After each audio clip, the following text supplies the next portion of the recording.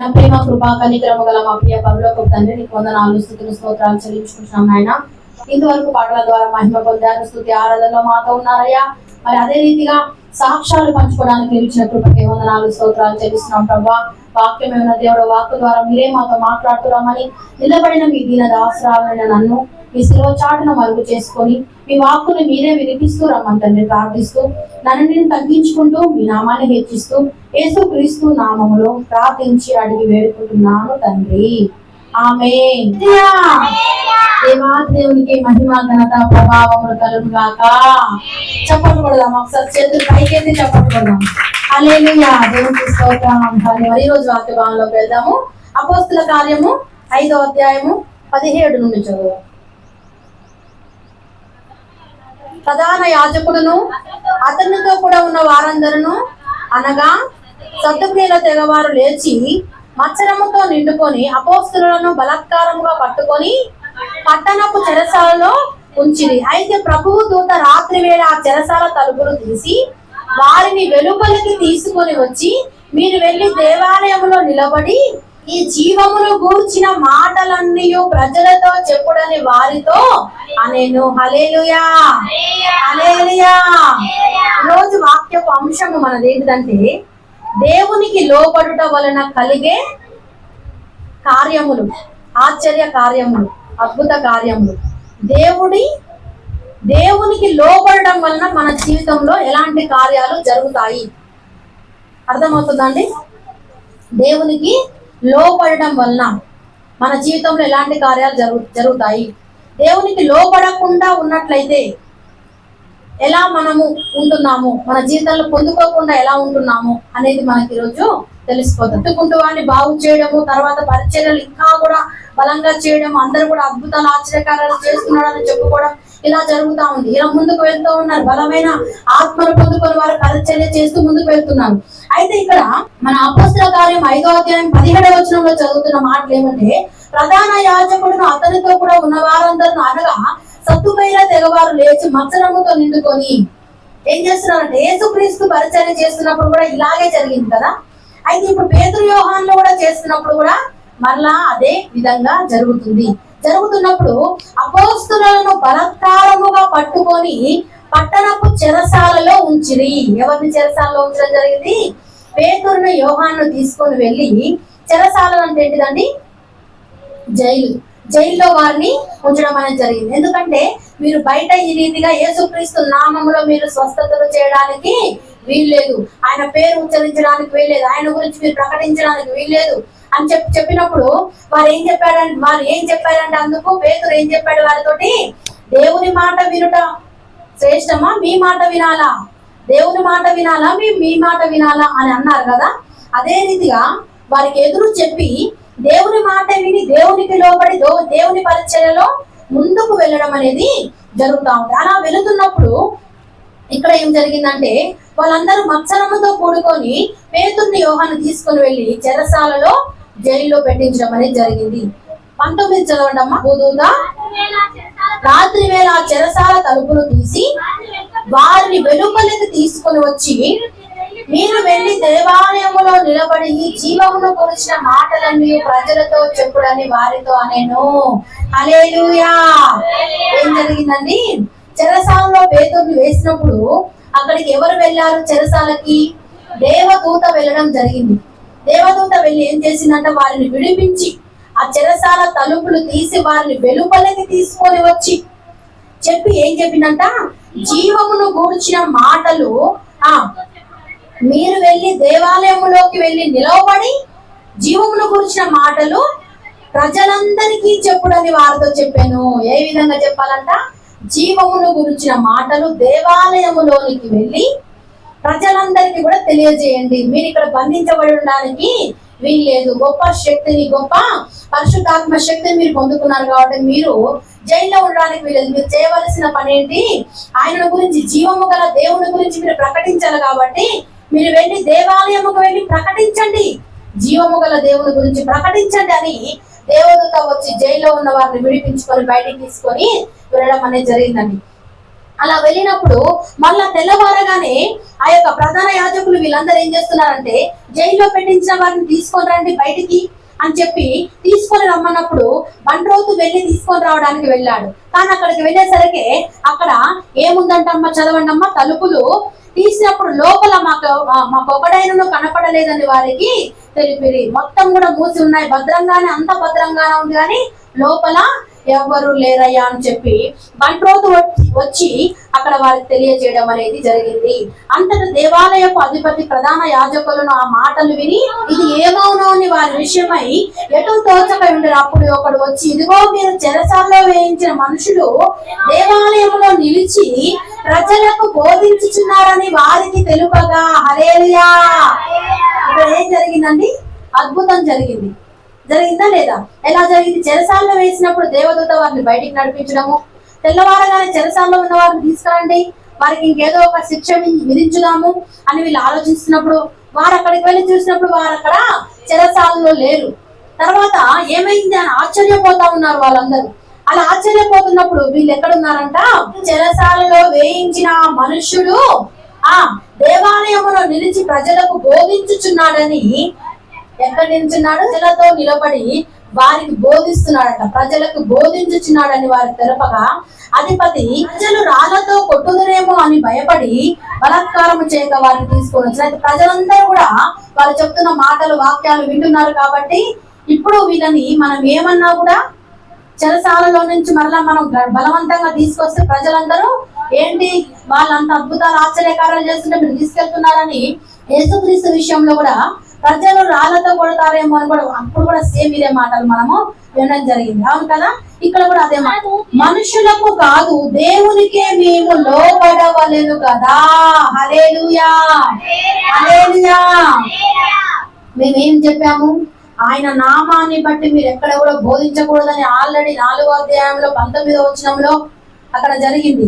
మీరు అక్కడ బోధించడానికి వీల్లేదన్నప్పుడు అక్కడ డైరెక్ట్ చెప్పారు, దేవుని మాట వినాలా, మీ మాట వినాలా మేము అని చెప్పి గట్టిగా ఎదురు చెప్పి వాళ్ళు రావడము, అదే రీతిగా మరలా పరిచయం చేయడం అనేది జరుగుతుంది. అయితే ఇక్కడ కూడా మరలా వాళ్ళు పిలిచి అడుగుతున్నారు, మీకు చెప్పాం కదా బోధించకూడదు అని చెప్పాం కదా, మరలా ఎందుకు బోధిస్తున్నారు అని అడిగినప్పుడు మరలా కూడా వాళ్ళు మాట్లాడుతూ చెప్తున్న మాట ఏంటంటే, మేము దేవునికే మేము లోబడవలెను కదా అంటున్నారండి.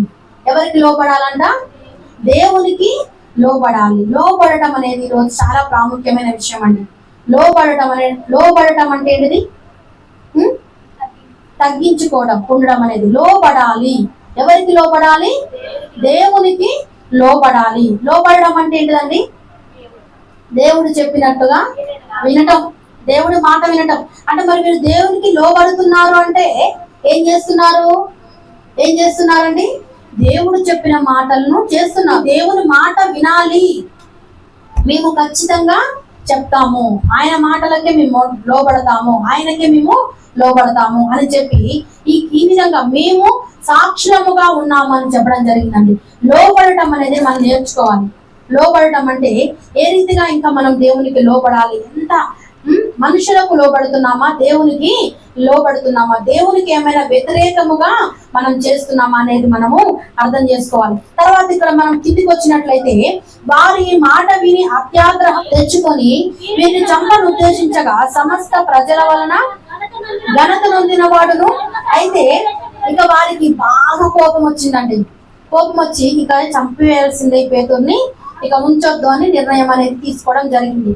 అయితే అలా తీసుకున్నప్పుడు ఇప్పుడు మనం పాయింట్లోకి వెళ్తున్నాం. అయితే సమస్త ప్రజల వలన ఘనత నొందిన వాడును ధర్మశాస్త్రోపదేశకుడైన గమలీయేలను ఒక పరిసయుడు మహాసభలో లేచి ఆ మనుషులను కొంతసేపు వెలుపల ఉంచుడని ఆజ్ఞాపించి వారితో ఇట్లనెను, ఇశ్రాయేలులారా, ఈ మనుషుల విషయమై మీరేమి చేయబోచున్నారో జాగ్రత్త సుమండి. ఇదే గమలీయేలు అనే ఒక వ్యక్తిని గురించి మనం ఈరోజు చూస్తున్నామండి. గమలీయేలు అంటే ఆయన ఎవరు అన్నట్లయితే ఈరోజు జ్ఞాపకం ఉంచుకోవాలి, మర్చిపోవద్దు, పేరు మర్చిపోవద్దు.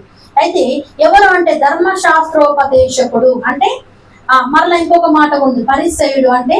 పరిసయులు ఎలా ఉంటారంటే ప్రత్యేకించబడిన వారుగా ఉంటారు. మోషే ధర్మశాస్త్ర గ్రంథమును, దేవుడు రాయించిన ధర్మశాస్త్ర గ్రంథమును మాత్రమే అనుసరిస్తూ సనాతన ధర్మాలు ఖచ్చితంగా పాటిస్తూ అర్థమైందా?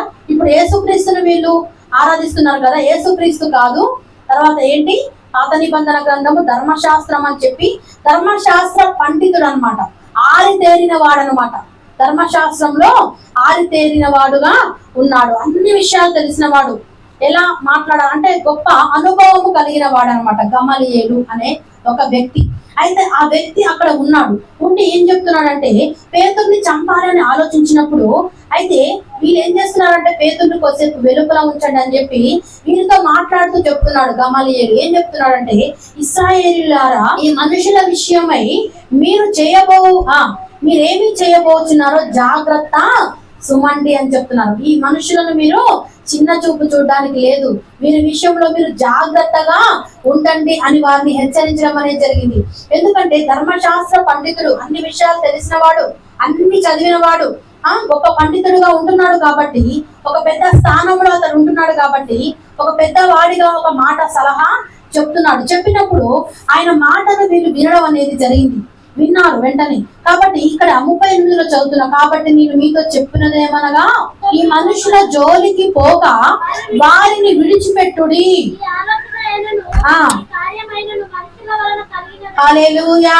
ఈ ఆలోచన అయినను ఈ కార్యమైనను మనుషుల వలన కలిగినదాయన అది వ్యర్థమగును, దేవుని వలన కలిగినదాయన మీరు దానిని వ్యర్థపరచలేరు. హల్లెలూయా. ఏమని చెప్పాడండి, గొప్ప అనుభవశాలి అక్కడ మాట్లాడి చెప్పాడు. ఏం చెప్పాడంటే, కాబట్టి నేను మీతో చెప్పున్నదేమనగా, ఈ మనుషుల జోలికి పోక వారిని విడిచిపెట్టండి. ఎందుకంటే ఈ ఆలోచన అయినను ఈ కార్యమైనను మనుషుల వలన కలిగినదాయన అది వ్యర్థమగును. ఏ ఆలోచన అంటే వారు చేస్తున్న ఆలోచన, వారు చేస్తున్న పని, వారు చేస్తున్న స్వస్థతలు, ఏ నామంలో వారు చేస్తున్నారో, ఏ యొక్క కార్యాలు వాళ్ళు చేస్తున్నారో, ఎవరి నామంలో వారు ఉన్నారో, వారు చేస్తున్న ఆలోచనలు ఏంటియో, వాళ్ళు చేస్తున్న పనులు ఏంటియో, ఆ పనులను గురించి ఇక్కడ చెప్పడం జరుగుతుంది. వారు చేస్తున్న పనులు ఉన్నాయి కదా, ఆ పనులు అవి మనుషుల వలన కలిగినవి. ఒకవేళ వారంతటా వారే ఆలోచించుకొని వారి ఇష్టానుసారంగా వారి సొంతంగా ఏమైనా అలా ఒకవేళ చేస్తే అవి ఏమవుతాయంట, మనుషుల వలన కలిగినదైతే అవి వ్యర్థమవుతాయి.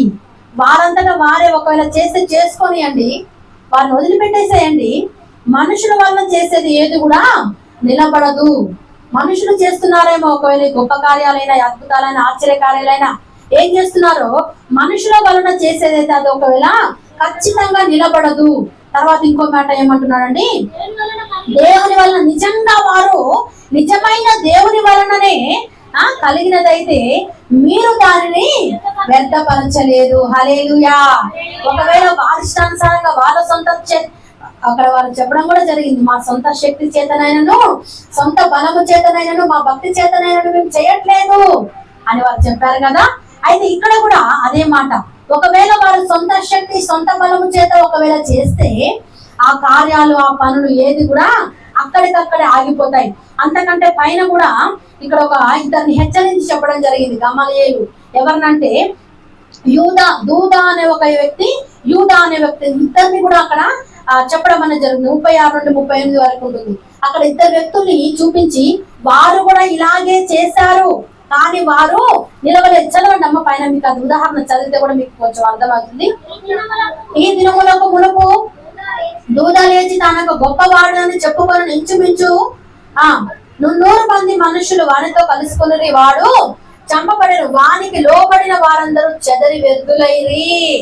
వానికి తర్వాత జనసంఖ్య దినంలో గలిలయుడైన యూదాను ఒకడు వచ్చి ప్రజలను తమతో కూడా తిరుగుబాటు చేయ ప్రేరేపించిన వాడి కూడా నశించెను. వానికి లోబడిన వారందరూ కూడా చెదరిపోయారు. అయితే ఇప్పుడు కూడా మీరేం చేయండి, వాళ్ళు మనుషులు క్రియేట్ చేసుకున్న వాళ్ళు కాబట్టి ఏం జరిగింది, చెదరిపోయారు. వారికి లోబడిన వారు కూడా అంతా కూడా వ్యర్థమైపోయింది. ఇప్పుడు కూడా మీరేం చేయండి అంటే అదే దారిలో మనం వద్దాం. ఒకవేళ వారు కూడా అదే రీతిగా మనుషుల తెలియ వలన కానీ మనుషుల వలన కానీ ఏమైనా చేస్తే వాళ్ళు కూడా అలాగే వ్యర్థులైపోతారు, అంత విచ్చలవిడి అయిపోతుంది. వదిలేసేయండి. ఒకవేళ దేవుని వలననే జరిగితే దాన్ని మాత్రం ఎవరు కూడా ఆపలేరు. మరలా ఇంకా ఏం హెచ్చరిస్తున్నాడంటే, మీరు ఒకవేళ దేవునితో పోరాడుదురేమో, ఒకవేళ నిజంగా దేవుడే ఒకవేళ వారిలో ఉండి పరిశుద్ధాత్మ దేవుడై ఉండి వారిని నడిపించి దేవుని నామములోనే వాళ్ళు ఒకవేళ ఈ కార్యాలు చేస్తున్నట్లయితే, ఒకవేళ మీరు కూడా దేవునితో పోరాడే వారు అవుతారేమో, చూసుకోండి జాగ్రత్త సుమి అని వారికి తెలియజేయడం అనేది జరిగిందండి. చెప్పినప్పుడు మీరు ఒకవేళ దేవునితో పోరాడు వారగుదురు సుమి, వారతని మాటలు సమ్మతించి అపోస్తలులను పిలిపించి కొట్టించి యేసు నామమును బట్టి బోధింపకూడదని ఆజ్ఞాపించి వారిని విడుదల చేసి ఆ నామము కొరకు అవమానము పొందుటకు పాత్రులమని ఎంచబడినందున వారు సంతోషించుచు మహాసభ ఎదుట నుండి వెళ్ళిపోయి ప్రతి దినము దేవాలయములోను ఇంటింట మానక బోధించుచు యేసే క్రీస్తని ప్రకటించుచుండిరి. హల్లెలూయా. అర్థమైందండి? ఏమని ప్రకటిస్తున్నారంటే ఇక్కడ వారు ఒకవేళ మనుషులు చేసిన కార్యాలైతే ఇవి జరగవు, దేవుని వలన చేసే కార్యాలైతే ఇవి జరుగుతాయి. దేవుని వలన జరిగితే ఆ కార్యాలు ఎవరు కూడా ఆపలేరు. ఇక్కడ చెప్తున్నారు, అవి వ్యర్థపరచలేరు, ఎవరు కూడా వాటిని వ్యర్థపరచలేరు. కాబట్టి మీరు వారిని విడిచిపెట్టండి. ఒకవేళ మీరు దేవునితో పోరాడేవారు అవుతారేమో సుమా, జాగ్రత్త. మీరు దేవునితో పోరాడేవారుగా మీరు ఉండకూడదు అని వారిని హెచ్చరించినప్పుడు గమలీయేలు చెప్పిన మాటలు వారు విని వారిని పిలిపించి వారిని బెదిరించి ఇంకోసారి మీరు ఇలా చెప్పడానికి వీల్లేదని చెప్పి పంపించి వేయడం అనేది జరిగిందండి. అయితే మనం ఇక్కడ చూసుకునే దాన్ని బట్టి ఇక్కడ ఈ ఆలోచన ఈ కార్యమైన మనుషుల వలన కలిగిన దాయన. హల్లెలూయా. ఆలోచనలు కార్యములను గురించి చూసుకుందామండి. ఆలోచనలు కార్యములు. అయితే పేతురు, యోహాను, శిష్యులు, అపోస్తలులందరూ చేస్తున్న ఆలోచనలు కార్యాలు ఏంటి అంటే దేవుని గురించి అయిన ఆలోచనలు, దేవుని గురించిన కార్యాలు వాళ్ళు చేస్తున్నారు.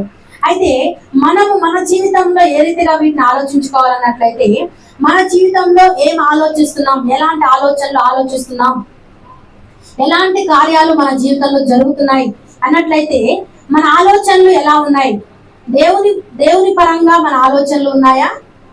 అర్థమవుతుందండి? దేవుని పరంగా మన ఆలోచనలు ఉన్నట్లయితే వాటిని ఎవరు కూడా వ్యర్థపరచలేరు.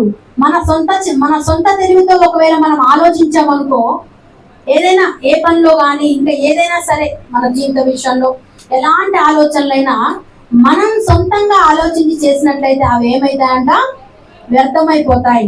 ఒకవేళ దేవుని అనుభవంలో ఆలోచనలు చేసినట్లయితే, ఆయన నామములో ఆలోచనలు చేసినట్లయితే అవి వ్యర్థము కావు. ఆలోచనలైనా సరే ఇంకా ఏంటివి? కార్యములు, పనులు. కొన్ని కార్యాలు ఉంటాయి మన జీవితంలో జరగవలసినవి, ఎన్నో గొప్ప కార్యాలు ఉంటాయి కదండి. పిల్లల వివాహ విషయం కావచ్చు, ఇల్లు కట్టుకునే విషయం కావచ్చు, ఇలా పెద్ద పెద్ద కార్యాలు, ఎన్నో గొప్ప కార్యాలు మనం చేయాలని అనుకుంటాం. అయితే ఈ కార్యాలన్నీ కూడా ఎలా చేయాలంట? దేవుని నామంలో మనం కార్యాలు చేసినప్పుడు అవి వ్యర్థం కావు. మన సొంత ఆలోచనలు బట్టి ఏ ఆలోచనలైనా మనం తీసుకోవడానికి లేదు. దీన్ని బట్టి మనం ఎంతో లోతైన వాక్యాన్ని మనం అర్థం చేసుకోవాలండి. ఈ రోజు నుండి మనం అర్థం చేసుకోవాల్సింది ఏంటంటే, పేతురు అపోస్తలులతో గమలీయేలు చెప్పిన మాటలు దేవుని నామములో వాళ్ళు చేస్తున్నారు కాబట్టి, దేవుని పేరట వాళ్ళు అద్భుతాలు, ఆశ్చర్య కార్యాలు చేస్తున్నారు కాబట్టి అవి జరిగాయి, వ్యర్థము కాలేదు. ఒకవేళ మన జీవితంలో వ్యర్థమవుతున్నాయా? ఏమైనా ఆలోచనలు కానీ కార్యాలు కానీ వ్యర్థమవుతున్నాయా?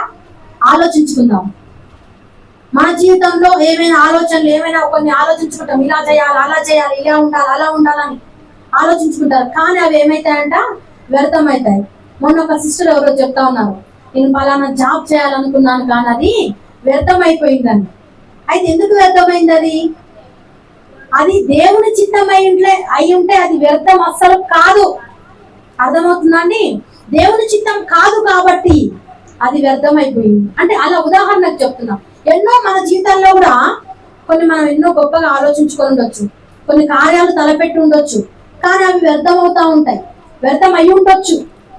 ఎందుకు వ్యర్థం అవుతున్నాయి అన్నట్లయితే మనం ఈరోజు రూఢిగా అర్థం చేసుకోవాలి. అవన్నీ కూడా మన సొంత తెలివితోనూ సొంత ఆలోచనతోనూ మనం చేస్తున్నాం కాబట్టి అందులో ఫెయిల్ అయిపోతున్నాం, అందులో వ్యర్థమైపోతున్నాం.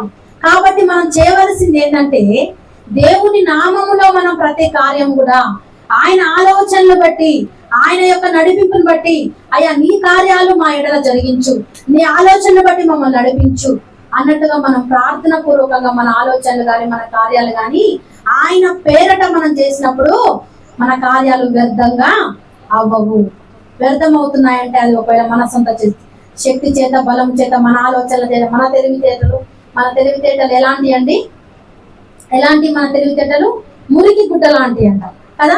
మన తెలివితేటలతో చేసినట్లయితే అవి వ్యర్థం అవుతాయి. అదే మాట ఇక్కడ చెప్తున్నాడు. ఒకవేళ ఈ శిష్యులు కూడా అలాగే వాళ్ళ తెలివితేటలతో చేస్తే అవి వ్యర్థం అవుతాయి. ఒకవేళ నిజంగా దేవుని శక్తితోటే వారు చేసినట్లయితే అవి వ్యర్థము ఎవరు కూడా చేయలేరు. ఒకవేళ అనుకోవచ్చు, దేవుడి కార్యాలు ఎవరైనా ఆపుతున్నారా? ఒకవేళ నీ కార్యం, ఒకవేళ నువ్వు ఆలోచించుకున్న కార్యాలు వ్యర్థమవుతున్నాయేమో, కానీ దేవుడు నీ పట్ల చేస్తామనుకున్న కార్యము ఎవరు కూడా ఆపలేరు. అంత గొప్పగా నీ జీవితంలో గొప్ప కార్యం, అద్భుత కార్యము, ఆశ్చర్య కార్యాలు దేవుడు చేసేవాడుగా ఉంటున్నాడు. కాబట్టి ఏదైనా ఒక కార్యము, మరి దేవుడు చూపించిన కార్యాన్ని బట్టి మనం భయపడాల్సిన అవసరము లేదు. ఆనాడు అపోస్తలులు కూడా భయపడలేదు. వాళ్ళు చేస్తున్న కార్యాలను బట్టి భయపడలేదు, ధైర్యంగా నిలబడ్డారు. మనము కూడా భయపడడానికి వీల్లేదు. ఆయన నామంలో మనం గొప్ప కార్యాలు, అద్భుత కార్యాలు, ఆశ్చర్యకార్యాలు, మన జీవితాలను, మన ఆలోచనలు ఆయన వ్యర్థం చేసే దేవుడు కాదని మనం బలంతో నిలబడేవారుగా ఉండాలండి. తర్వాత ఒకవేళ వ్యతిరేకంగా ఉన్నవారు ఎవరైనా ఉంటే ఇక్కడ చెప్తున్నాడు, మీరు ఒకవేళ దేవునితో పోరాడుదురేమో. దేవునితో పోరాడేవారు దేవునికి వ్యతిరేకంగా ఉంటారండి. దేవునికి వ్యతిరేకంగా చేస్తూ ఉంటారు. దేవుడి మాటకు లోబడరు. దేవుడు చెప్పే మాట వినరు. దేవుడు ఈ రీతిగా ఉండండి, ఈ పనులు చేయండి అంటే, లేదయ్యా మాకు అది ఇష్టం లేదు, మాకేమి ఇష్టం, మా తెలివితేటలు, మా ఆలోచనలు, మా పనులు, మా కార్యాలు మాకు కావాలి, ఈ పనులే మేము చేస్తాం. ఒకవేళ అలా పోయామనుకో అవన్నీ కూడా ఏమైతే వ్యర్థమైపోతాయి. దేవుని నామంలో చేసినట్లయితే అవి కార్యాలు గొప్పగా జరుగుతాయి. ఒకవేళ దేవుడు మన జీవితంలో ఒక కార్యం చేయాలని తలపెట్టుకున్నప్పుడు దానికి వ్యతిరేకంగా కూడా ఏం చేస్తారండి? దేవుడు మీ జీవితాలను బాగు చేయాలని, క్రమం తప్పకుండా మందిరానికి రండి, మీ జీవితంలో గొప్ప కార్యము చేస్తాను అని చెప్తాడండి. కొంతమందికి చెప్పినప్పుడు వాళ్ళు ఏం చేస్తారంటే వ్యతిరేకులుగా ఉంటారు. దేవుడి కార్యము వారి జీవితంలో జరగకుండా వ్యతిరేకతను చూపించేవారుగా ఉంటారు. అందుకే ఇక్కడ చెప్తున్నాడు, ఒకవేళ మీరు దేవునికి ఏమైనా వ్యతిరేకంగా పోరాడేవారు, దేవునికి వ్యతిరేకంగా పోరాడేవారు ఉన్నారా లేరా? అలా ఉన్నట్లయితే జాగ్రత్త అని చెప్పి ఇక్కడ దేవుని మాకు సెలవిస్తుంది. దేవునికి వ్యతిరేకంగా మనం పోరాడేవారుగా ఉండొద్దు. అలా ఉన్నట్లయితే మన జీవితంలో ఏమి కూడా మనము సాధించలేము. ఒకవేళ దానివల్ల ఇంకా ఎన్నో ఆపదలు మనము ఎదుర్కోవాల్సి వస్తుంది. దేవునికి వ్యతిరేకంగా ఏ పని కూడా మనం చేయడానికి వీల్లేదు.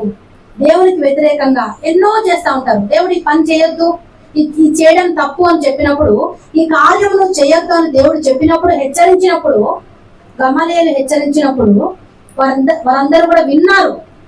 కానీ ఈ రోజుల్లో ఆయన ధర్మశాస్త్రోపదేశకుడు, గొప్పవాడుగా, పెద్దవాడుగా ఉన్నాడు చెప్పినప్పుడు అంత పెద్ద వాళ్ళ విని లోబడ్డారు.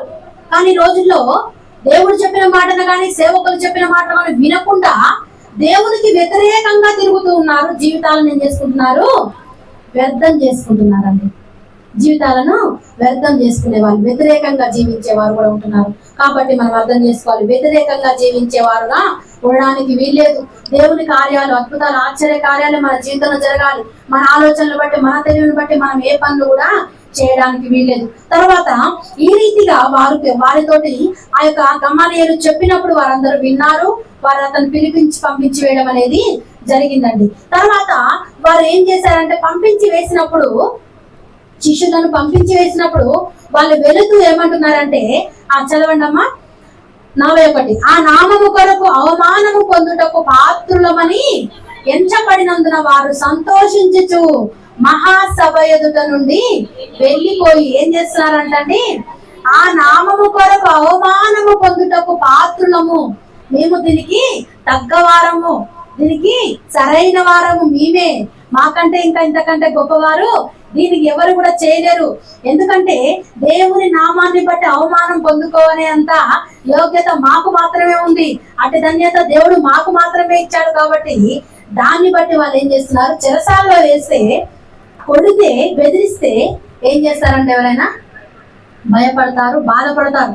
కానీ వీళ్ళు ఏం చేస్తున్నారు, ఎగురుతున్నారండి, సంతోషిస్తున్నారు, డాన్స్ చేస్తున్నారు. మేము దీనికి పాత్రలము, మేము దీనికి యోగ్యులము, మేము దీనికి సంతోషిస్తున్నాము, దీనికి మేము అర్హులము అన్నట్టుగా సంతోషిస్తూ ఏం చేస్తున్నారంట, సంతోషించు మహాసభ నుండి వెళ్ళిపోయి మరలా ఏం చేస్తున్నారు, మమ్మల్ని బెదిరించారు కదా, మరలా మమ్మల్ని ఎక్కడ చెప్పొద్దు అన్నారు కదా, ఇక మేము చెప్పము, ఇక మేము దాచుకుంటాము, పారిపోతాము, ఎక్కడో ఉంటాము అని అనుకోలేదు.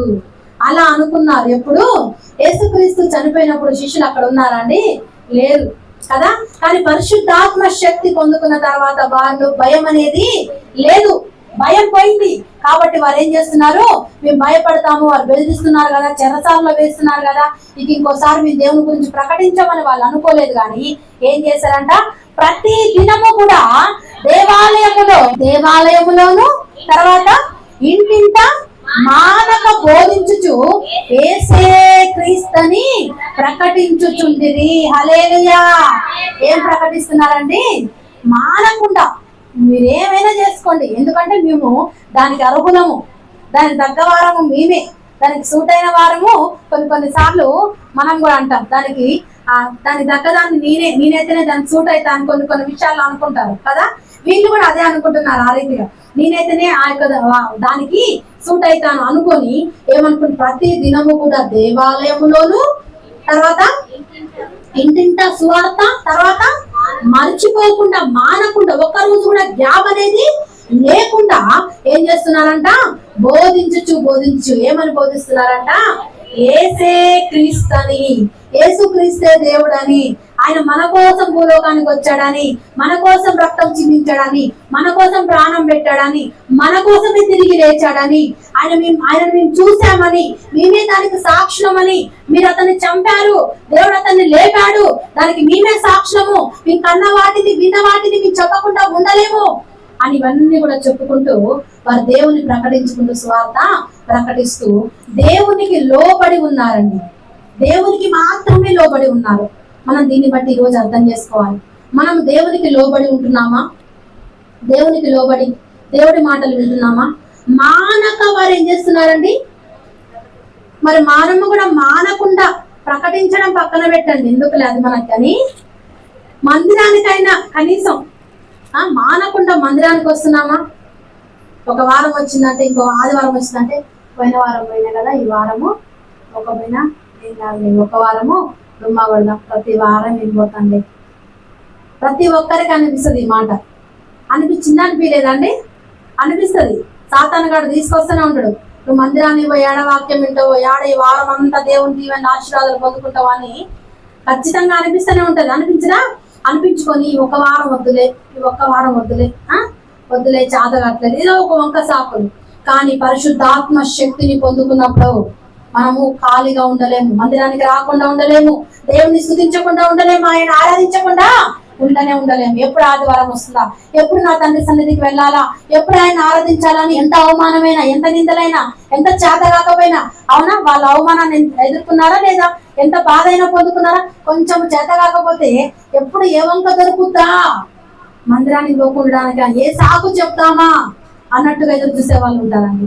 సాకు కొరకు, అమ్మ ఈరోజు ఈ సాకు దొరికిందిగా, ఇది చెప్పొచ్చులే మందిరానికి రాకుండడానికి, అవునా కాదండి?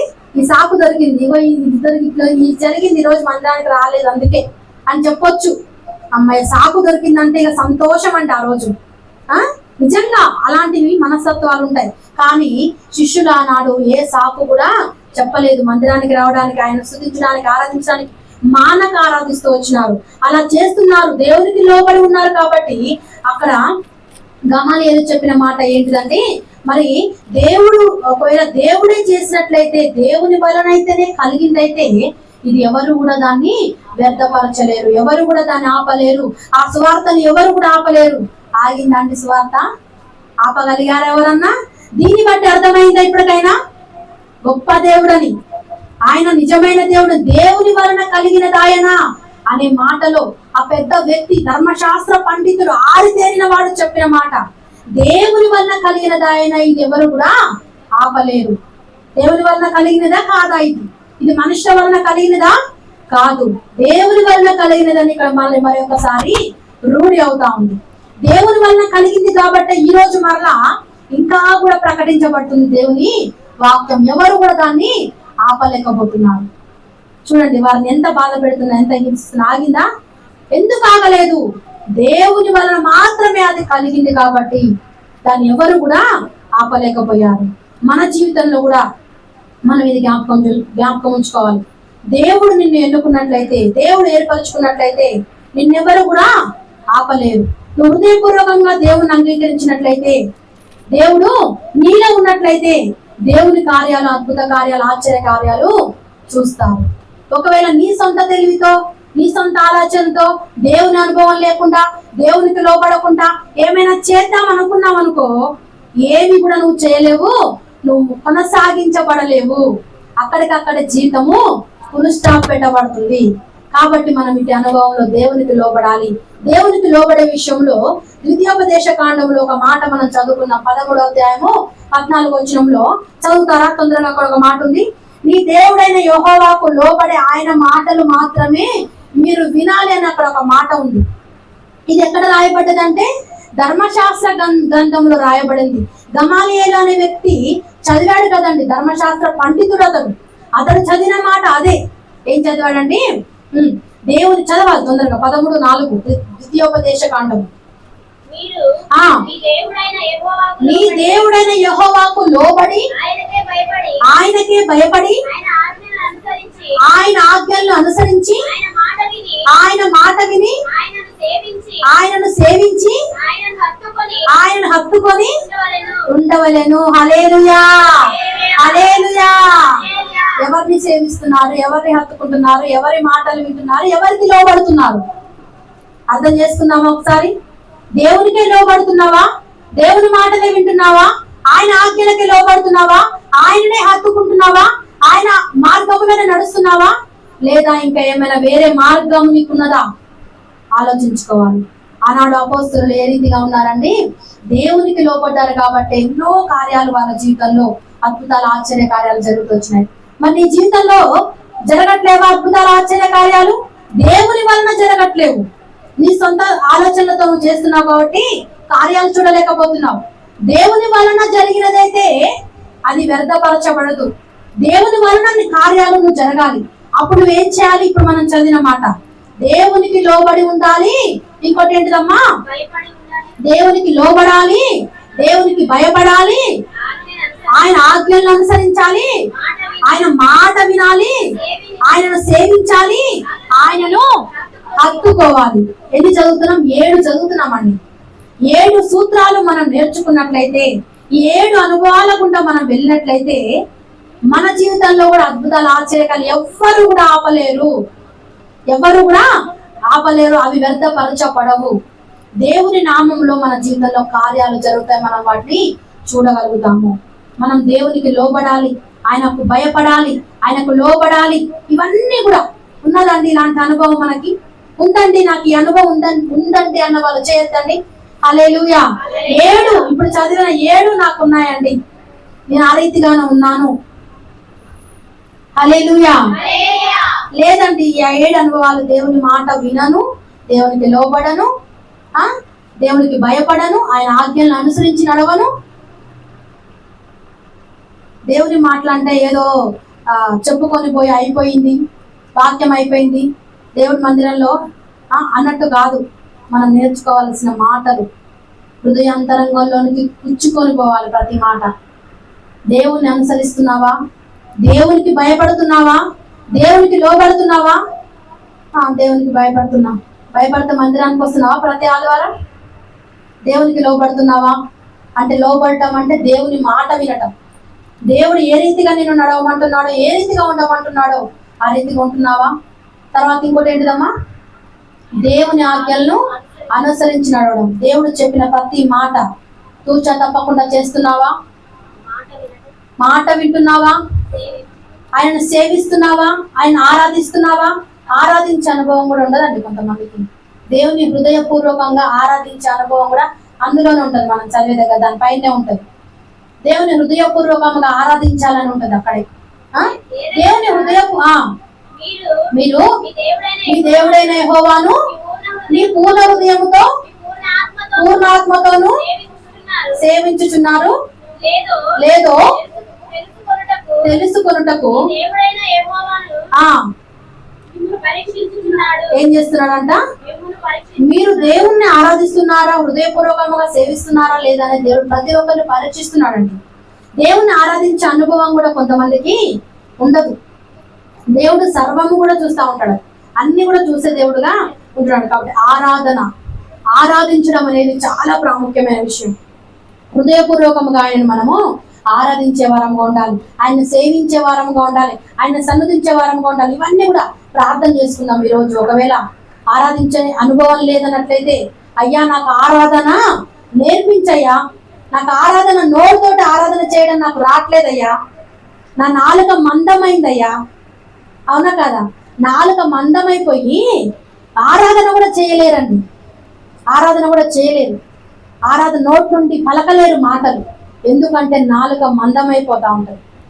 సౌలుకి ఏమైంది? కళ్ళకు పొరలు బట్టి చూడలేకపోయాడు. నాలుక ఏమైంది? ఇప్పుడు ఇక్కడ మందమైపోయింది. మంద బుద్ధి ఉంది కాబట్టి ఆరాధన చేయలేకపోతున్నారు. ప్రతి ఒక్కరు కూడా ఆరాధన చేసే అనుభవం కావాలి. ఇన్ని సంవత్సరాల నుంచి దేవుని సన్నిధికి వస్తున్నాను కానీ ఆరాధన మాత్రం చేయరాదు, దేవుని హృదయపూర్వకంగా స్తుతించరాదు. ఆరాధన చేయడం అంటే నువ్వు ఏదో గంట సేపు మాటలు వలించడం కాదు. నువ్వే దేవుడవు నాయనా, నువ్వొక్కడివే దేవుడవయ్యా, నువ్వు ఆరాధనకు యోగ్యుడవయ్యా, నువ్వొక్కడే స్తుతికి పాత్రుడు, యేసు క్రీస్తే దేవుడు అని వారు ఏం చేస్తున్నారు? ప్రకటిస్తున్నారు. అదే ఆరాధన అంటే. అంతకంటే వేరే ఆరాధన ఏం లేదు. హృదయ అంతరంగాల్లో నుండి అలాంటి ఆరాధన నీకు వస్తుందా? అది అర్థం చేసుకోవాలి. దేవుని ఆరాధించాలనే తపన నీలో ఉన్నట్లయితే మందిరానికి పరిగెత్తుకుంటూ నువ్వు వచ్చి ఆరాధనలో హృదయపూర్వకంగా హృదయాన్ని దేవుని సన్నిధిలో కుమ్మరించుకుంటారు. అది మనకు కావాల్సింది, క్రైస్తవులకు కావాల్సింది. ఇక వేరే ఏది కూడా కాదు. ఇదొక్కటే మెయిన్ ప్రాముఖ్యమైన సూత్రం. దేవుని ఆరాధించాలి ఎక్కడున్నా. ఒకవేళ మనం ఇక్కడ లేవనుకో, వేరే ఎక్కడికో ఊరికి వెళ్తాం, అక్కడైనా సరే దేవుని ఆరాధించే అనుభవం, ఆరాధన టైంను మనం దొంగలించడానికి వీల్లేదు. ఖచ్చితంగా దేవుని ఆరాధించాల్సిన సమయంలో ఆయనని ఆరాధించే వారుగా ఉండాలి. ఇప్పుడు మనం చదువుతున్నాం, ఈ 7 కూడా మనం అనుసరించే వారంగా ఉంటాం. ప్రార్థన చేసుకుందాం, అయ్యా మాకు 7 కావాలి. ఒకసారి ఆ 7 కూడా మళ్ళీ తర్వాత చదువుకుందాం.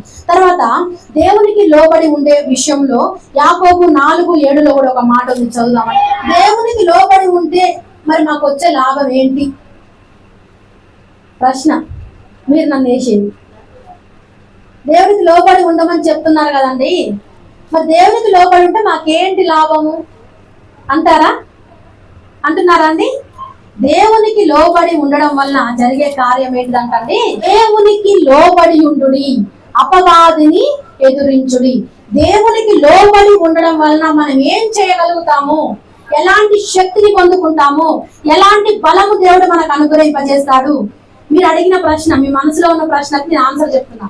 దేవునికి లోబడి ఉంటే మరి మాకు జరిగే ప్రయోజనము, మాకు కలిగే మేలు ఏంటిది కదా? మనం ఏదైనా మేలు ఉంటేనే, లాభం ఉంటేనే చేస్తాం. లాభం లేదు మనకేది ఫ్రీగా అస్సలు మనము ఏం చెయ్యం. అవునా కాదండి? ఇప్పుడు ఇక్కడ కూడా దేవునికి లోబడాలి. దేవునికి లోబడితే మరి మనకేంటి ప్రయోజనం, ఏంటి లాభము? అయితే మనకు దేవుడు చెప్పేది ఏంటంటే, దేవునికి లోబడి ఉన్నట్లయితే అపవాదిని ఎదిరించే యొక్క శక్తిని దేవుడు మనకు ఇస్తాడు. వాళ్ళు ఎదిరించారా లేరా అండి?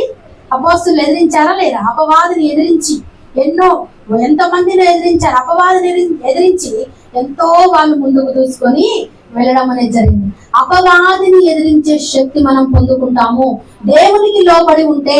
ఒకవేళ నువ్వు దేవునికి లోబడి ఉండలేదనుకో, ఏమైతుంది తెలుసా? అపవాదికి లోబడి ఉండే పరిస్థితిలో ఉంటావు. అప్పుడు అపవాది నిన్ను ఏం చేస్తుంది? అపవాది నిన్ను, సిస్టర్ చెప్పింది ఏంటి, జయిస్తుంది, ఏలుబడి చేస్తుంది. అప్పుడు నువ్వు అపవాదిని ఎదిరించలేవు. దేవునికి లోబడే అనుభవం నాకున్నది అన్న వాళ్ళు ఒకసారి హల్లెలూయా చెప్తారా? దేవునికి లోబడి ఉంటున్నాము మేము అన్నవారు. లేదండి మీ దేవునికి లోబడలేదు ఇంతవరకు అన్న వాళ్ళు ఉన్నారా? దేవునికి లోబడకుండా ఉండడం వల్ల మీరు చేసేది ఏంటంటే సాతాన్ని ఎదిరించలేదు. సాతాను శక్తుల ప్రభావాలు మీపై ఉంటాయి.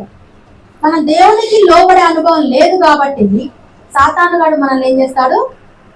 ఫుట్బాల్ ఆడుకుంటా ఉంటాడు. అప్పుడు నా జీవితం ఇట్లుంది, నా జీవితం అట్లుంది, నేను దేవుని నమ్ముకున్నా, మందిరానికి పోతున్నా, ఆరాధన చేస్తున్నా, ప్రతి వారం పోతున్నా, దేవుని కానుకలు పెడుతున్నా, అయినా కానీ నా జీవితం మాత్రం సాతానే ఫుట్బాల్ ఆడుకుంటున్నాడు అన్నట్టుగా నా జీవితాలు ఉంటాయి. అయితే నువ్వు నేర్చుకోవాల్సింది, నువ్వు తెలుసుకోవాల్సింది ఈరోజు ఏంటంటే, నువ్వు సంపూర్ణంగా దేవునికి సరెండర్ అవ్వట్లే, సంపూర్ణంగా దేవునికి లోపడట్లే. లోపడటం అంటే ఏంటిది? ఆయన మాట వినడము, ఆయన చెప్పిన ప్రతి మాట కూడా నువ్వు వినడము. ఎక్కడ ఏ మాట తప్పిపోతున్నావో, ఎక్కడ వ్యతిరేకంగా నువ్వు ప్రవర్తిస్తున్నావో, ఒకవేళ దేవునికి వ్యతిరేకంగా ఏమైనా నువ్వు చేస్తావేమో, ఒకవేళ దేవునికి వ్యతిరేకంగా నువ్వు ఏమైనా చేస్తున్నావేమో ఆలోచించుకొని దేవునికి లోబడే అనుభవంలో ఉండాలి. అదే ప్రార్థనలు మనం చదివాం ఇందాక. దేవునికి లోబడి ఉండడానికి ఏమేమి కావాలి? దేవునికి భయపడి, దేవునికి లోబడి, ఆయన ఆజ్ఞలను అనుసరించి 7 చెప్పాం కదా, ఆ 7 ఉండాలి. తర్వాత దేవునికి లోబడి ఉన్నట్లయితే మనం సాతాన్ని ఎదిరించగలుగుతాము. అలాంటి శక్తిని మనకి ఇస్తాడు. అయ్యా, ఈ రోజు నుండి నీకు సంపూర్ణంగా నేను లోబడుతున్నానయ్యా, నాకు ఎదిరించే శక్తి నాకు కావాలి.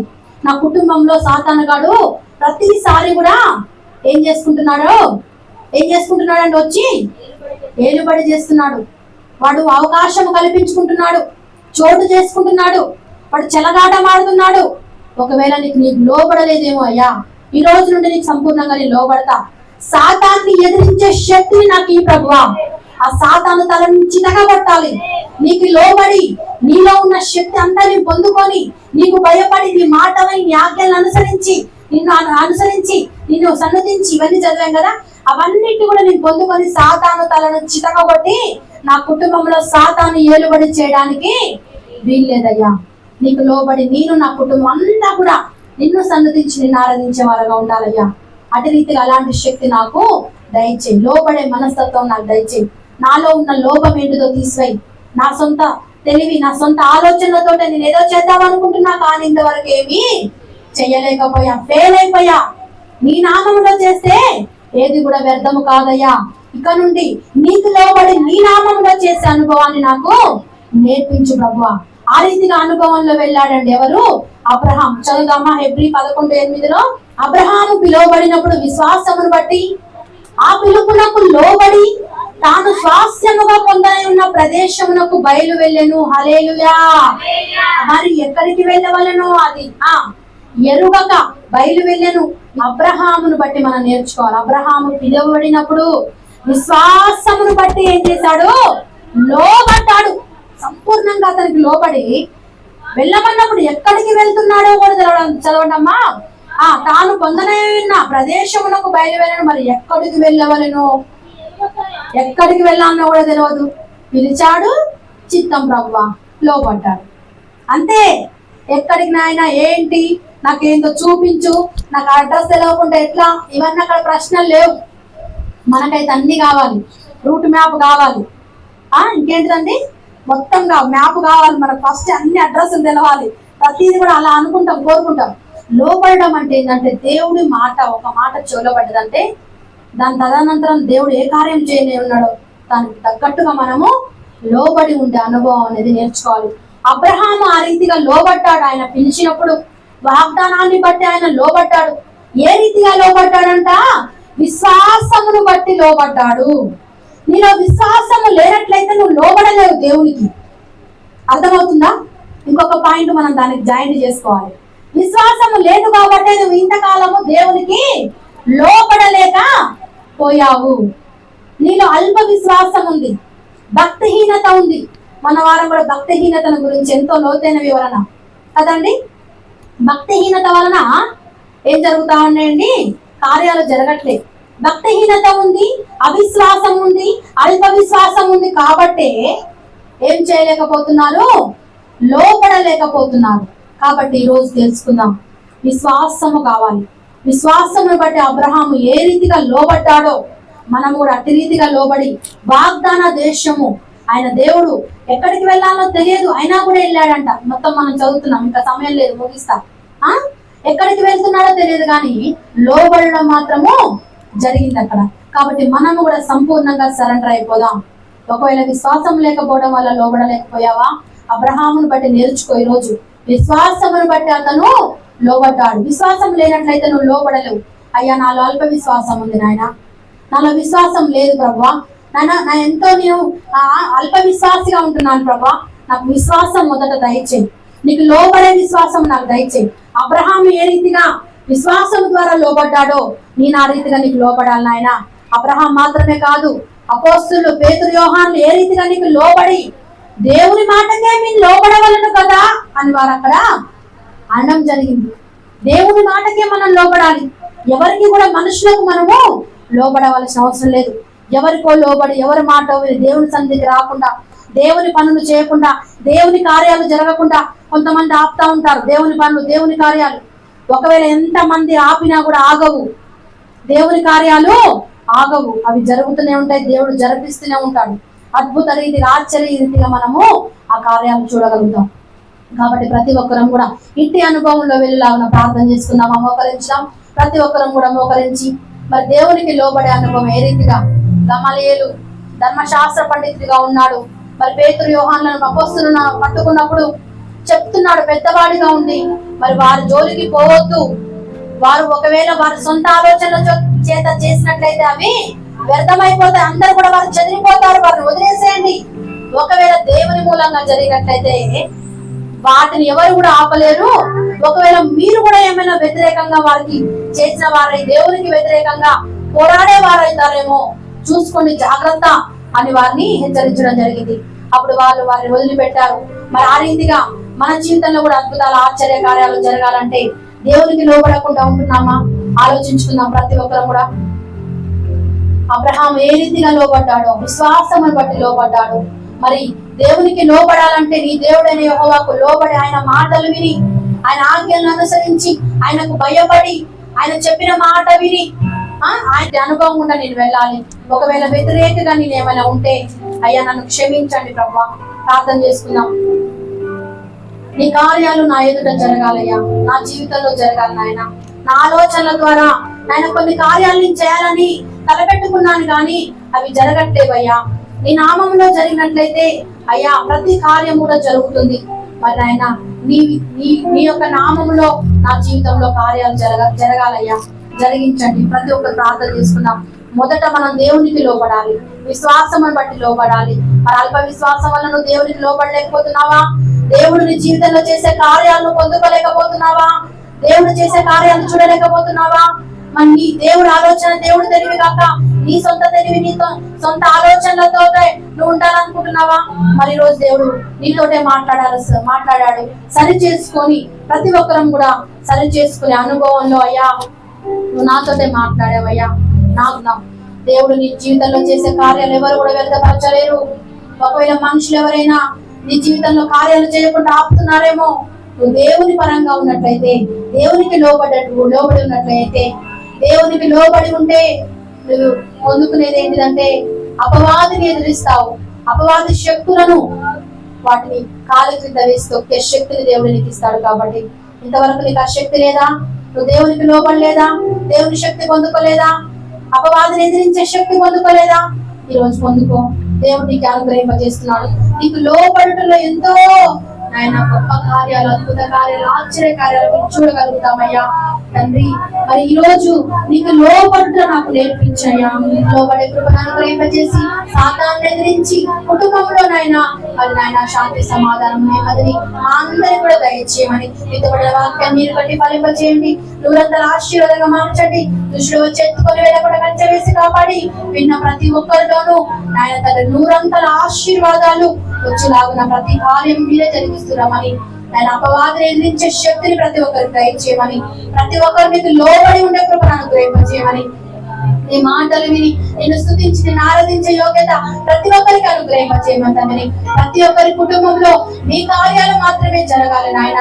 మా సొంత శక్తి, సొంత బలము చేత కాదు కానీ మీ నామములోనే మా జీవితంలో గొప్ప కార్యాలు జరుగులాగున మీరే సహాయం చేసి నడిపిస్తున్నామని, మీకు లోబడి ఆయన ఇంకా మేము ఆయన మీ దీవెన ఆశీర్వాదాలు పొందుకునే కృపను అనుగ్రహింపజేస్తున్నామని, ఈ రోజు వచ్చిన ప్రతి ఒక్క బిడ్డను ప్రత్యేకమైన రీతిలో దీవించి ఆశీర్వదించమని, ఎవరెవరైతే ఎలాంటి అనారోగ్య పరిస్థితులు వచ్చింటున్నారయ్యా ఈ వాక్కు చేత బలపరిచి ఇంకా మీ శక్తితో నింపి స్థిరపరిచి బలపరచమని, ప్రతి వారం కూడా క్రమము తప్పకుండా నీ సన్నిధికి రావడానికి పురికొలపండి.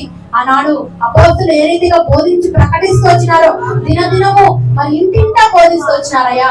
ఆ రీతిగా మరి ఒకరికైనా సువార్త చెప్పే ఆయన వారుగా ఈ రోజు వాక్యం విన్నవారు ఆయన మందిరానికి నడిపించాలి, నూతన ఆత్మలు నడిపించాలనే భారము ఆయన ప్రతి ఒక్కరికి కావాలయ్యా. అదే రీతిగా నాయన ప్రార్థన శక్తిని నేర్పించండి, ఆ భారాన్ని స్వార్థ భారాన్ని వీరికి కూడా పెట్టమని తండ్రి ప్రార్థన చేస్తూ ఆయన మరి నూతన ఆత్మలు నడిపించడానికి కూడా మీరు శక్తిని బలాన్ని దయచేసి పెట్టమని తండ్రి ప్రార్థన చేస్తూ ఆయన ఇంతవరకు మీరు తోడుగా నడిపించినందుకై మీ వాక్కును మీరే వినిపిస్తూ వచ్చినందుకై నీకు వందనాలు స్తుతులు స్తోత్రాలు చెల్లించుకుంటూ నజరేయుడైన యేసుక్రీస్తు నామములో ప్రార్థించి అడిగి వేడుకుంటున్నాను తండ్రి, ఆమేన్.